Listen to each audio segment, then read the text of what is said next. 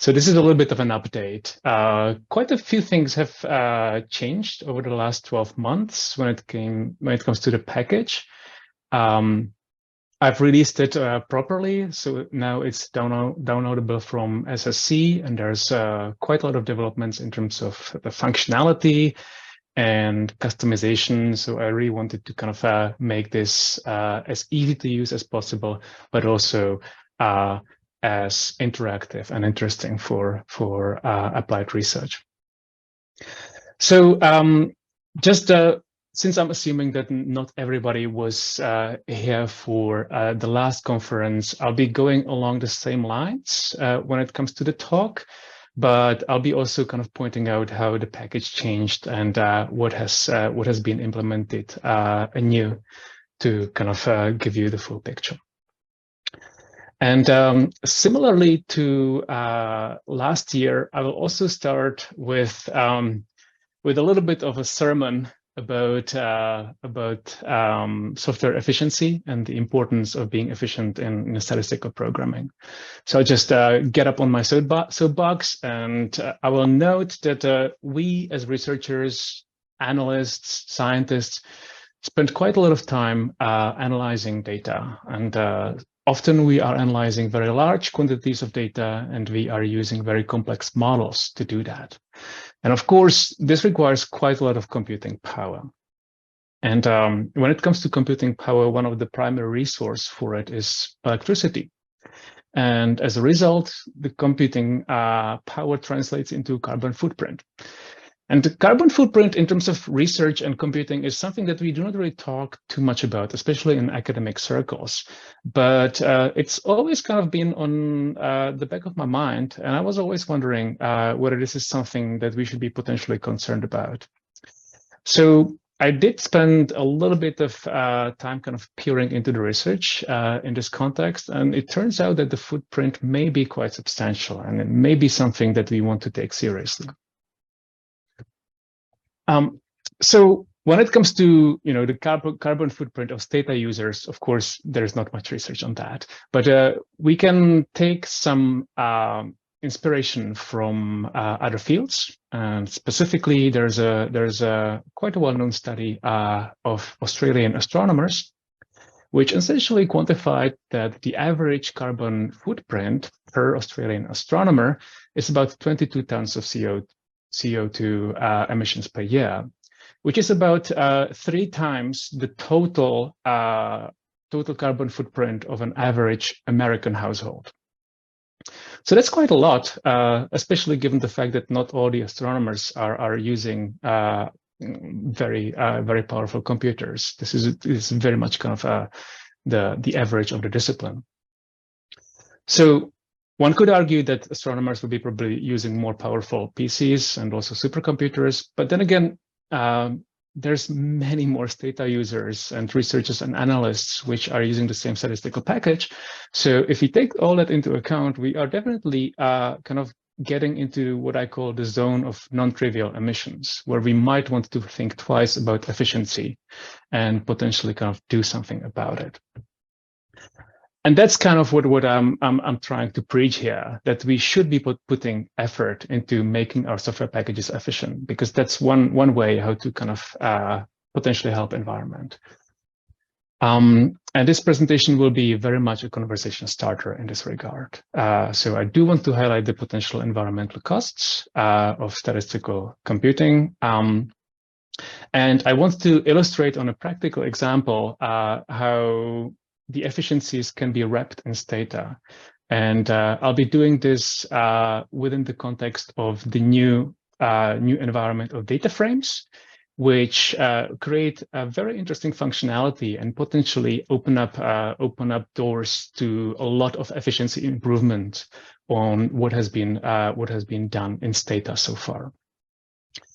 And specifically, I'll be talking about the plot suite of commands for graphing, especially good for large data sets that are kind of perfect to illustrate how pronounced these kind of speed and efficiency improvements can be if we code things efficiently. Okay. All right. So when I'm saying that Stata has potentially some bottlenecks when it comes to efficiency, the best way how to show this is with an example. And we'll start as simple as possible. So I'll be just using the standard system dataset, and I'll be producing a histogram of one of the variables. This is the histogram. And if I run this command on my PC, it will take about 0.8 seconds to execute. So far, so good. Pretty fast, no fuss. But let's now tweak the code and expand it so that the dataset doesn't have a few hundreds of observations, but a few hundred millions of observations, which is very much kind of in the domain of where many of the administrative registers right now are. So this is not kind of unthinkable. This is very much kind of the stuff that I'm using on a semi-daily basis. And I will execute the same command in this much larger data set. And now the histogram will take about half an hour to execute. And of course, you might say, well, obviously, it will take much longer because you are analyzing so much more data. And that is true. But it turns out that most of the time that is spent on this calculation, or I should say execution of this command, doesn't come from calculation, but it rather relates to what I call one of the most pernicious bottlenecks of native Stata commands. And just to illustrate what I mean by that, let's just look at a very stylized workflow of the histogram command. So when I punch in the histogram command, what is going to happen? So first, Stata will preserve the original analytical data set. Then it will calculate the histogram bins, the frequencies that will kind of be plotted in the graph. And it will store these bins as a temporary data set, replacing the original in the memory. Okay. So now we have a different data set in memory. And Stata will use this dataset to display the graph that we have just computed. And the final step will be that Stata will go back to the original analytical dataset, restoring it after preserving. That's the workflow. And as long as the dataset is small enough, this is kind of okay because the memory requirements are low. But if we are using a dataset of few millions or few hundred millions of observations, these two steps can take ages, which is the problem. And that's kind of illustrated on this kind of very stylized example. The reason why histogram takes half an hour is mostly that Stata is preserving and restoring this huge dataset into and out of the memory. So this is a bottleneck for sure. But importantly, this bottleneck is no longer necessary. We do not have to preserve and restore big data sets because now we can leverage the data frames environment.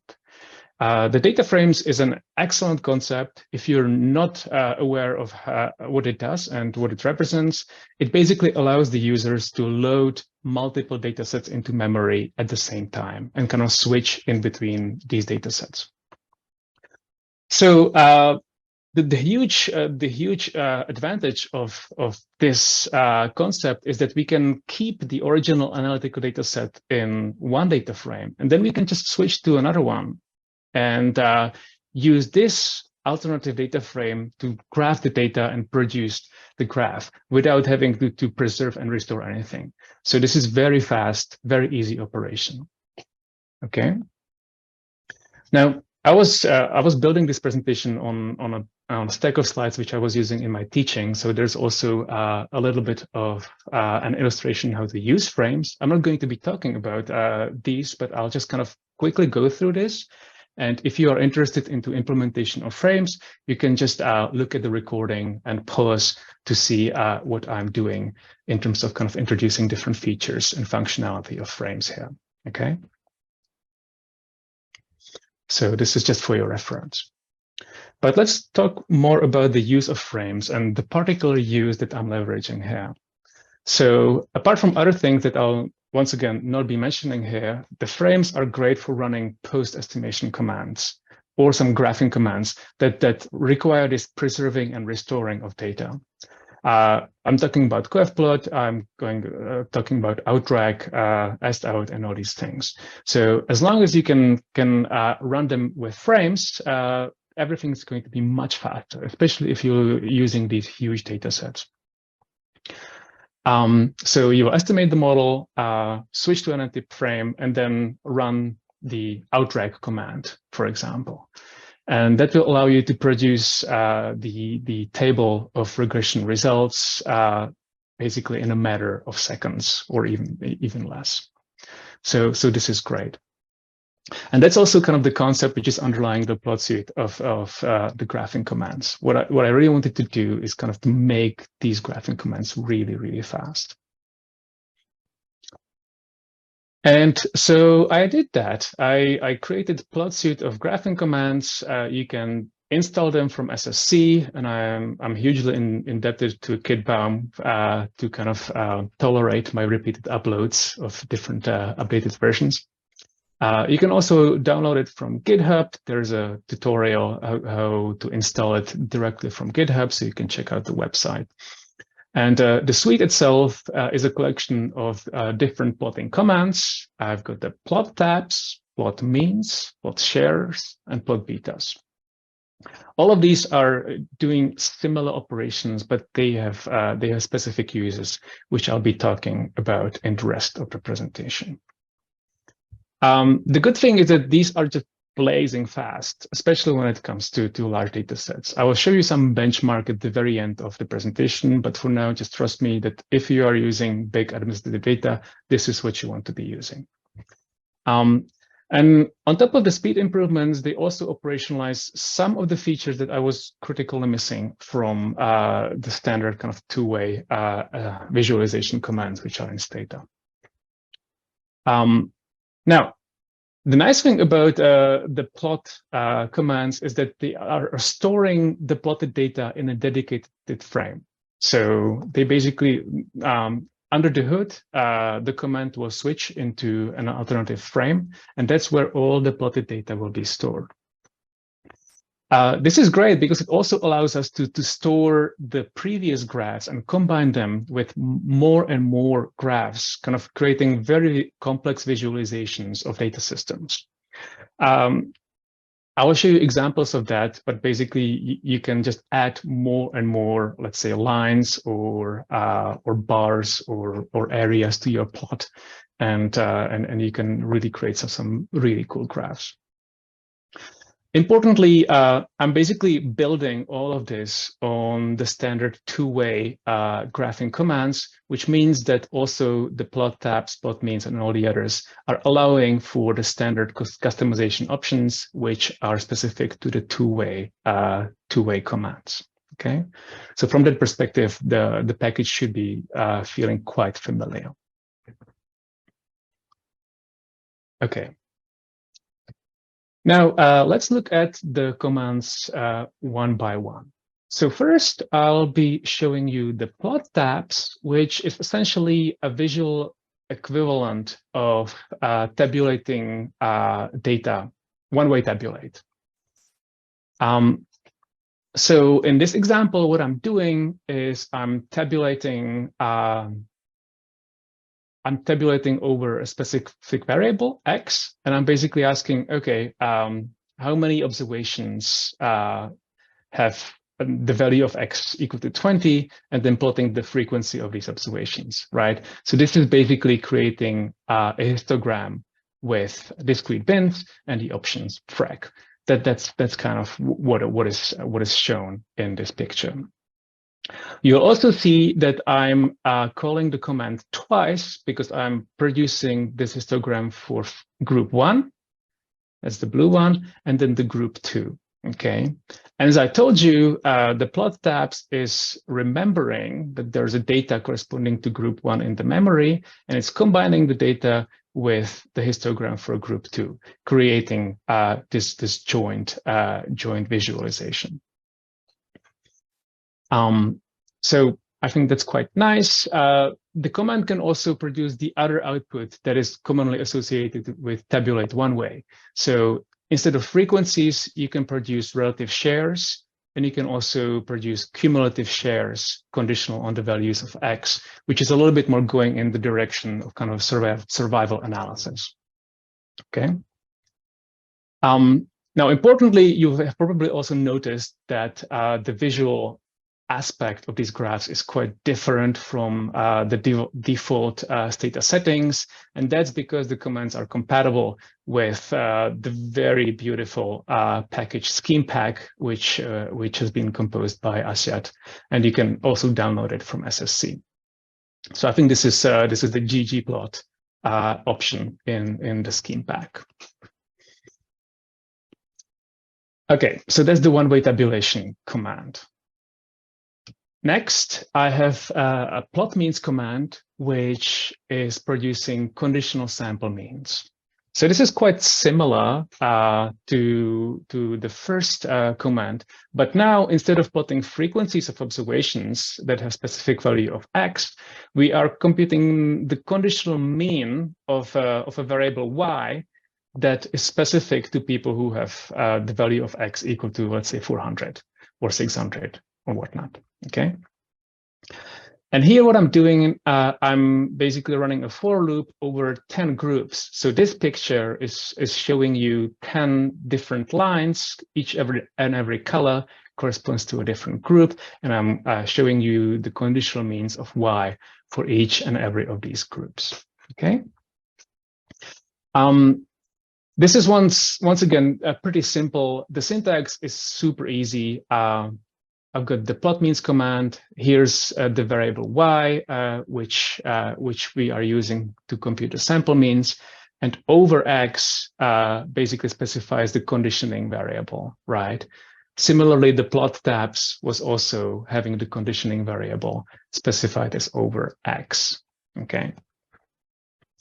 The cool thing is that this is a very fast command. It doesn't require sorting the data oregen commands, which can be, once again, a huge drag on the memory and the resources, especially when you're working in large data sets. And there's so many applications of kind of plotting these conditional means, especially in the very early stages of your empirical projects. I find myself that I use this command at least once a week. So that's quite nice. So that's the plot means, and the next one is called plot shares, and this is the command that is specific for categorical variables. So let's assume that I have a set of people who belong to one of 4 groups, and I wanted to know how many people belong to one of these 4 groups, conditional, once again, on value of X. Okay, so this could be, let's say, people with a college degree, high school graduates, primary school completers, and people with no education, right? And what this command does is conditional on the value of X, which could be, I don't know, well, not age in this context, but some other variable. You can produce the conditional shares. In this picture, they are specified in relative fashion, but you can also produce stacked frequencies instead. So basically, instead of relative shares, you'll have the actual numbers of people belonging to group 1 to 4 conditional on values of X. So it's also a possibility. Okay. Once again, syntax is super simple. You just need to specify the categorical variable, in this case, G, and the conditioning variable X. All right. And since I was already doing all these plot commands, I also created one command for coefficient estimates. So let's assume that you run a regression and you want to plot the coefficient estimates from this regression. Then you can do it with this command as well. So you can see the Stata code here. I'm running a simple regression, and then I'm running a command plotbetas, and I'm plotting the estimates of all the betas of the factorized regressor X. Okay. The neat thing is that even the plotbetas is working with factorized regressors, so you do not have to kind of search for the actual names of these factorized variables. You can just say i.x, and it will produce all the coefficients corresponding to this factorized regressors. You can also see that it produces the coefficient confidence intervals, which is quite nice. And once again, this can be combined for multiple regressions, and the command will remember what has been happening before. In principle, this is kind of an easier and less verbose alternative to a coef plot, and it also is nice because it works jointly with all the other plot commands that I have produced. So you can combine them together, and I'll show you an example of that later on. Now, of course, there's many applications of this. You can think of different analyses, regression discontinuity, even all these kind of dynamic different diff models. It can be applied in all of these contexts, which is quite nice.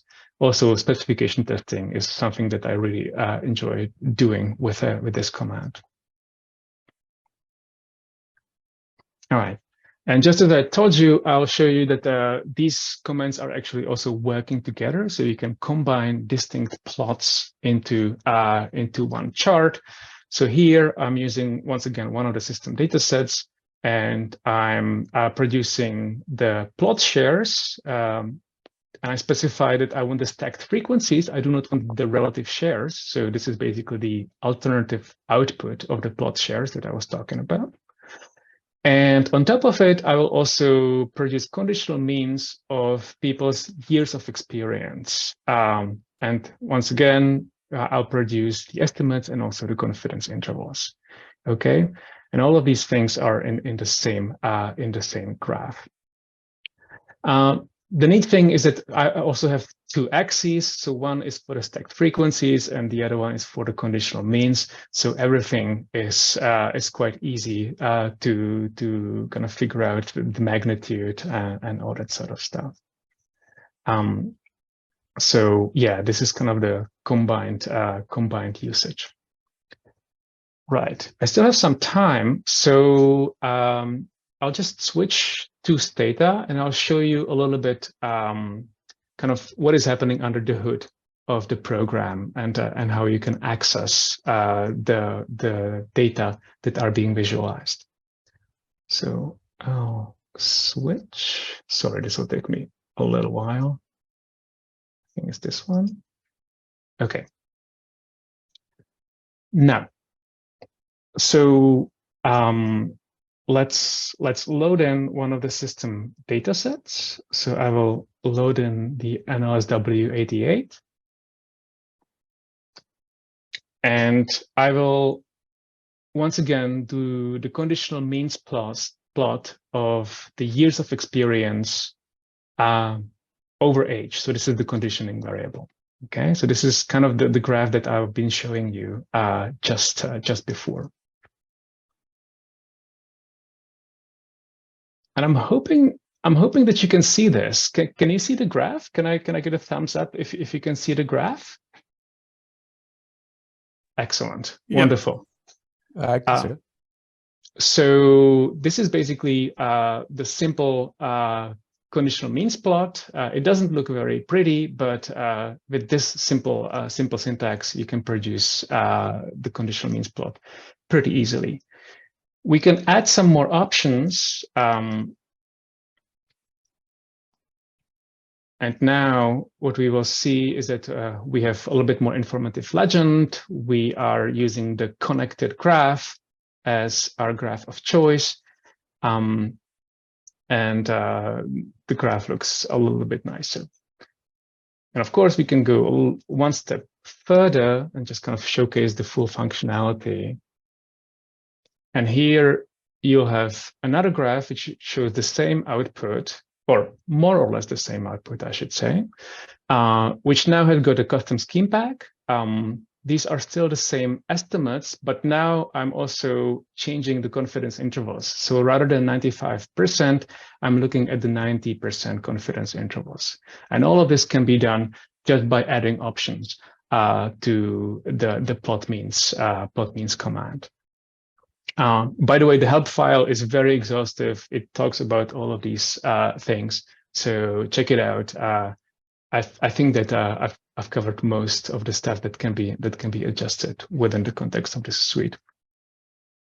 Okay, so now we have basically this chart, and on top of the data set which already is in the memory, we also have the data set that stores the estimates and also the confidence intervals. Okay, and if we want to access this data set, then we can either do the frame change command, or we can also just look at it by specifying the name of the data set. It's the frame_pt, and just looking at the browse so that we would see what the data set contains. And once again, I hope that you can see this. So the data set contains the years of experience, the estimates. This is the lower bound of the confidence interval, upper bound of the confidence interval, and also the conditioning variable, which is the variable on the x-axis. This is quite neat because you can adjust this output. For example, if you wanted to kind of shift the reference value, kind of, or change the magnitude of the estimates.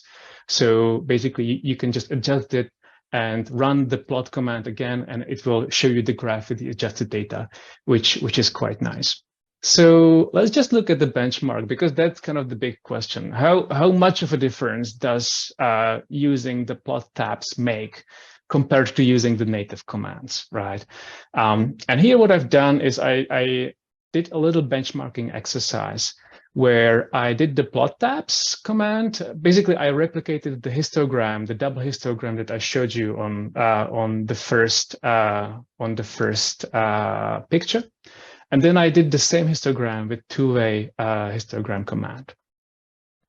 Now, I ran this exercise with different samples of observations ranging from a few thousand to a few hundreds of millions.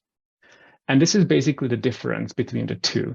The plot tabs is always ranking lower in terms of computation time than the native command. But the important thing is that this is a log 10 scaling. This is logarithmic scaling, because it was the only scaling which actually made sense in terms of documenting how big of a difference does it make. So let's just, for example, look here at the data set, which has got about 240 million observations. With plot tabs, the histogram command will or histogram graph will be produced under a minute, whereas the two-way histogram will take about 2 hours. Okay, that is the difference, 1 minute or 2 hours. And that's really just because Stata is preserving and restoring this massive data set, which is kind of creating this huge bottleneck that doesn't have to be there because of the frames. So that's basically it. Yeah, let me just say that the efficiency matters. I think that there's a lot of space to kind of curate the existing Stata commands to make them more efficient, especially when it comes to leveraging the frame environments. All the two-way packages can be adjusted in this respect, and I'm pretty sure that there are other packages that can be also curated in the same way. I'm really hoping that this will be an inspiration for the future versions of Stata, maybe not the Stata 18, but still, you know, fingers crossed. And yeah, just kind of from the perspective of environment, I think that making these packages as efficient as possible is something that can really make a difference, especially when it comes to our relative contribution to the climate change. So I'll just leave it there. And if you want to contact me or you want a copy of this presentation, just reach out. All right. Thanks.